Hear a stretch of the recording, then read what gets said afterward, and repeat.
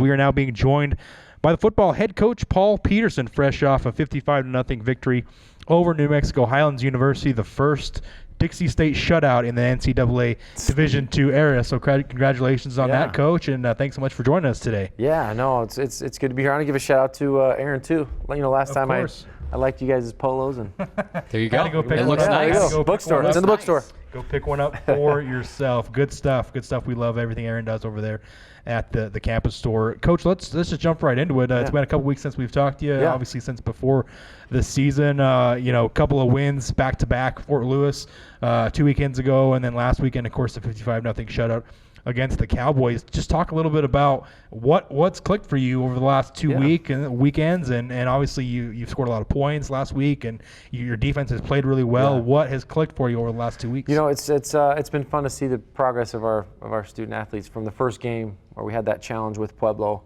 It was good to see where we were, what we needed to fix, what our strengths were, and fix some of those weaknesses. And I thought our guys really battled these last couple weeks, especially with these road trips.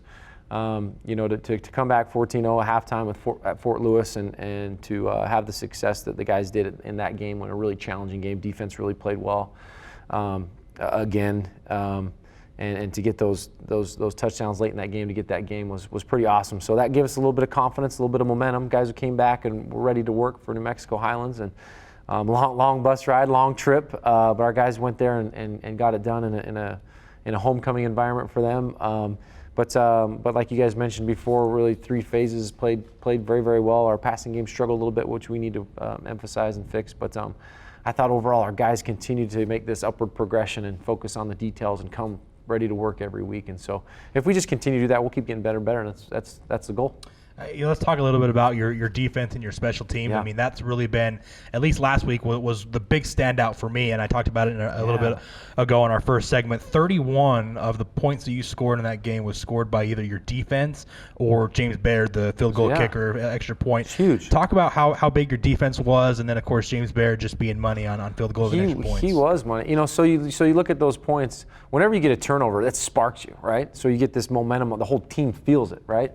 So when you get a touchdown off of one of those turnovers, I mean, it takes a huge burden off. You know, you're kind of feeling this pressure of our offense. We're still not clicking on full cylinders, in my opinion. So that takes a little pressure off us, and guys are able to relax a little bit and go have some fun out there with those pick sixes and that special teams touchdown. And so that's always good. You know, another stat. I think they were 6 of 30. They were 18% completion percentage last week.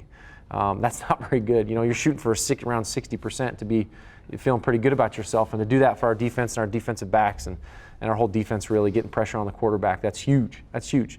And then on the third down conversions, I think they were less than 20% or they were 20% third down conversion, and so they're getting off the field and giving us the ball back, and so that's exactly what we want. Special teams wise, I mean, you know, James he's good. We've gone for it a little bit far out.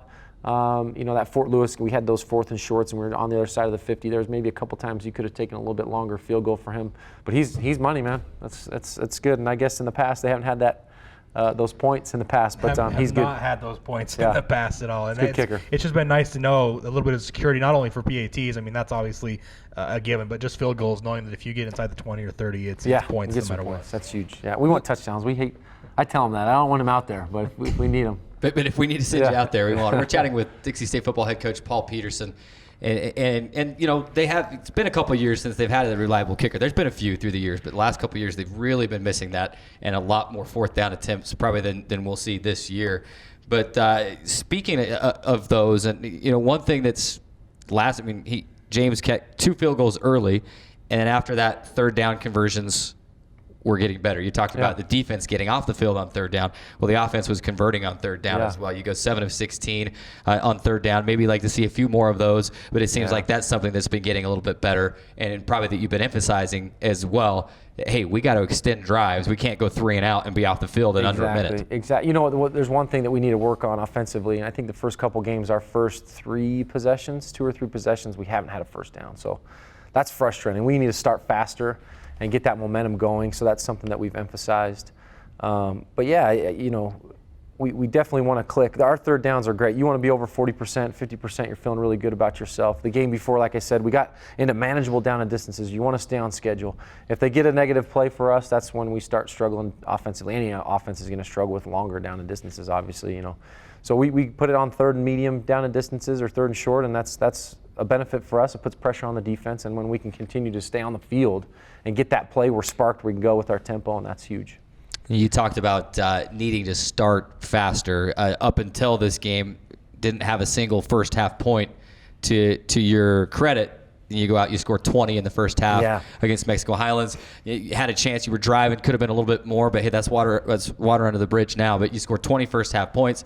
You go into halftime break with a lead this time. Certainly a better start on Saturday. Right. And they say that 20-point lead. I felt like we left some plays out on the field where you I didn't want to harp on it, but you're the coach. You can. Well, you look at that game and it's 55-0, and I look at some things where we fumble on first and goal on the 5, and where they get it, and Cody throws a couple interceptions that were timely. They're in the end zone or right before the end zone, and so you leave some points out there, and especially for us offensively, where I don't want to say we're the weakness on the team, but we're not performing to the potential we need to be able to win some of these games here in the future, and so that's something that we want to emphasize. But some really good things in the run game, and there's some really good things in the pass game too. But that's something that we definitely want to fix. So keep working. Talk a little bit about the run game, Coach, as we continue with head coach Paul Peterson here of the football team.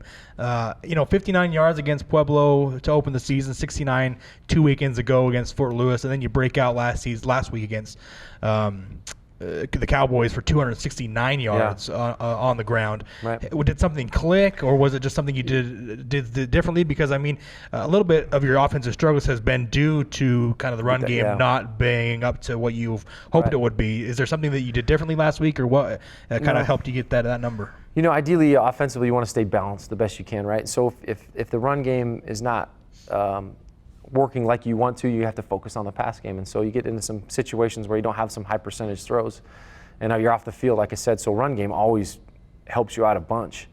This game, and it's funny too. You look at the Fort Lewis film, and we're a missed block away here, or we're an arm tackle away for maybe getting another big gainer in the run game, and so we're close.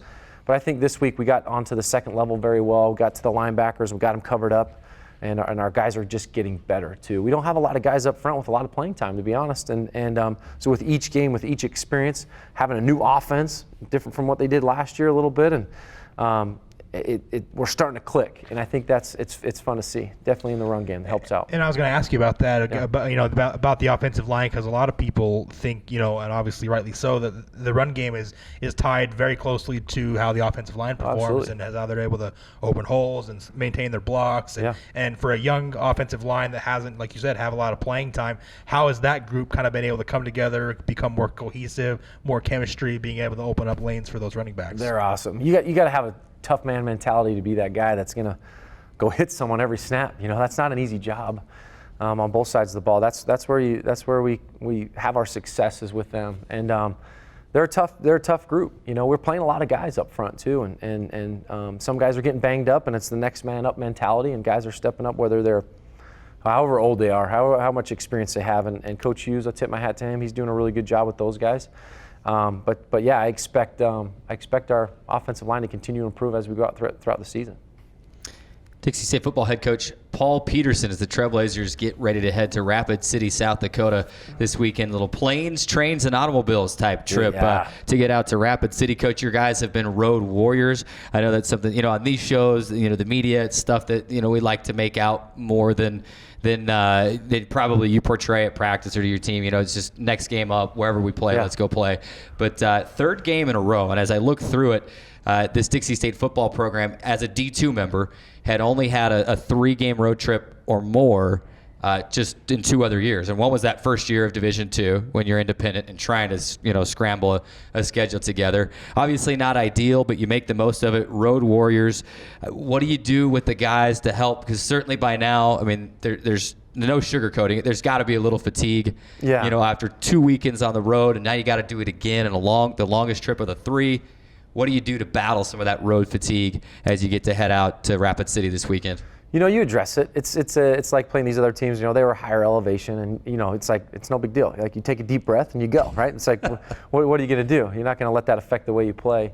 But yeah, we're a little bit tired. It's starting to catch up with us. We got back 5 in the morning for our last game, and so guys are feeling it, and that affects our studies a little bit. So we got to reemphasize that and make sure they're doing what they need to academically. And so to have 3 games, we're going to drive to Vegas, fly to Denver 6 hours to Rapid City, but we eat those. We love those trips, man. So we're excited to go play these guys, and that's not going to affect the outcome of the game. We're not going to let it. We're going to be mentally strong road warriors. Absolutely. And so let's talk about South Dakota Mines. The Hard Rockers, a team that, up until this last year had an All-American quarterback that was running and throwing all over the place. They're breaking in a new quarterback this year. They also had a 1,000-yard rusher last year that they're trying to replace, but still a team that is capable of putting 30-plus points on you at any given time. What do you see? What jumps out at you, when you take the initial look at the scout and at the film on South Dakota Mines? Still early in the season. They're looking to click probably a little bit better. They've had some points defensively where they've gotten some like we did last week, and so I think they had a scoop score and an interception return for a touchdown last week. They're probably still trying to find their identity with their quarterback. I think they play a few of them, and get clicking in their offensive too. But they've got, like you said, they've got the ability to score a lot of points in bunches, and so our defense is up to the task. And defensively, they're going to play a bend, don't break. They're going to keep everything in front, force you to drive the football, and try not to put their guys in bad situations. And so we got to be patient with the ball and take what they give them. Of course. Sorry, Jason, one thing real quick. Of course, that tape last week, that you get to see not only your opponent this week, but then your opponent in a couple of weeks in Simon Fraser. So, I mean, you're not breaking down Simon Fraser yet, but we'll watch him.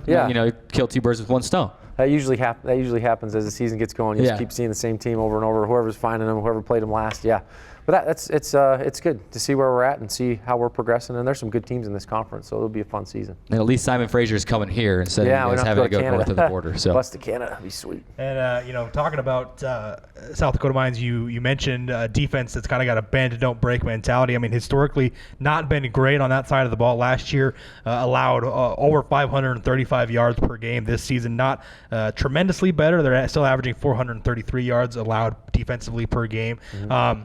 You got to feel pretty good against this offense coming off a huge performance last week, especially in the run game, coming up against a defense that may be struggling a little bit early on in the season. Got to feel pretty good about your offense going against a defense that historically has allowed a lot of rushing yards. Yeah, you just kind of see what fits, right? And so we got to make sure we get a good look early and what they want to do defensively, and they've shown what they do in film. We'll just see what they want to emphasize and what they want to take away, and it's just our guys doing their job. I mean, that's really the bottom line. And each week as we go, it's about us getting better and how we fit against them. It's not about them, it's about us. And so that's our mentality coming into this game. We don't look at what they've traditionally given up in the air or on the ground. It's let's fix the mistakes that we made previously and let's keep building. And then the other aspect of that, obviously, is just your quarterback play, which, you obviously been splitting time a little bit between Cody Wilstead, Keaton Mott, who's kind of doing double duty. We mentioned earlier for special teams. What have you seen kind of out of your quarterbacks? What do they need to improve? I mean, you really haven't solidified a number one guy. Yeah. Both have played well at times. Mm-hmm. Both have struggled at times in certain situations. What have you learned about your quarterbacks, and what can we expect for them going forward? I think that's why they're both still playing, because of that. What you said, there's flashes of really good, and then there's some inconsistencies, and so we just got to make sure that we're focusing on making things right, making good decisions with the football. Punting's okay, but forcing an interception is not a good play, and usually there's an answer on each play, and we want to make sure our puzzle piece fits their puzzle piece. Each defense is going to have some sort of weakness that we want to attack in our pass game, and so that our quarterback needs to identify that. We're getting better. Every game you play, a quarterback's going to have a pick where it's like, it's not your fault. It's a good ball, just tipped here. Or, the defense made a good play. They've got good players too, and so just as long as we're not making those same mistakes twice, and we're putting the ball where it needs to, we're going to be okay. Dixie State football head coach Paul Peterson live on Trailblazer Weekly here on CEC TV, Radio Dixie 91.3 FM, and the Dixie State Athletics YouTube page. Coach Drayson alluded to this earlier a little bit when he talked about the Fort Lewis game and the New Mexico Highlands game. It seemed like something clicked at halftime during that Fort Lewis game to where a different team came out onto the field. What were some of those lessons that you learned through week one and then that first half in Fort Lewis that has really helped this team over that second half of football there, and then the 4 quarters in New Mexico last week? You know, the first game, it's always a challenge to see where you're at. I didn't realize, Pueblo was a really good team. Holy smokes, they've got some guys on their side of the ball that were really good physically. They were older. They've been in their program 4 or 5 years, and that's the goal, player development. And so that was kind of a slap in my face, and not being as prepared as I should have with that team. And so we pull our bootstraps up and we go back to work, and like I said in the Fort Lewis game, we were close. We were close on some things, but we just weren't. It just wasn't firing. It wasn't clicking. In that second half, we made some big plays in the pass game, and our guys kind of got off a little bit, which was great. And we still struggled a little bit in the run game, but we're still going to keep doing that. That's something that we're going to focus on and emphasize, because if you don't have that and become one-dimensional, it just doesn't work. And we want to put pressure on those defenses. And so, as a team, I think our defense has been playing really, really strong. They're very, very disruptive in the run game, and they want to force the team to pass. And when they're doing that, we're making plays in the pass game with interceptions and PBUs, and it's fun to watch. And so they're definitely something that we want to ride with right now. That our strength, as we keep clicking offensively and keep improving, it's going to be as we go. It's going to be fun. Dixie State head football coach Paul Peterson wrapping up his segment here with us on Trailblazer Weekly today. The Trailblazers just Friday morning we're making the trip out to Rapid City, South Dakota. Is there going to be time to go see Mount Rushmore? I mean, is we that are. Gonna Actually, be, it's in the itinerary. Is it in the itinerary? I know. I mean, it's an early flight, so you're probably to Rapid City early afternoon sometime, maybe Friday. Swing by and stop by. We don't. Or maybe Saturday morning with the long day before the game. Night, yeah, Saturday morning. They kick us out of the hotel about noon, so we'll go grab a lunch and bag lunch and see how cool that looks. There you go. Garrick and I have a long-standing, of course, the whole crew here at CEC have a long-standing inside joke about Mount Rushmore. We were talking about a team that was traveling there and went to Mount Rushmore, and Garrick couldn't remember the name of Mount Rushmore as they went there. Nice So job, dude. kind of It's not like it's a big national monument or anything. It's one of my wife's favorite road trips growing up. Here's the picture right here that we're referring to. Yeah. So how did they have that? Did you plan this? I didn't. How did they have that? I don't know how they had that so readily. I swear I did not plan this, but I mean, if they probably just have it on tap back there for whenever it comes up, because obviously we talk about it quite a bit. I'd be embarrassed if I was you. I really would. Oh, thank you. Thank you. Appreciate that, Coach. But he's head football coach Paul Peterson, the Trailblazers heading to Rapid City, South Dakota.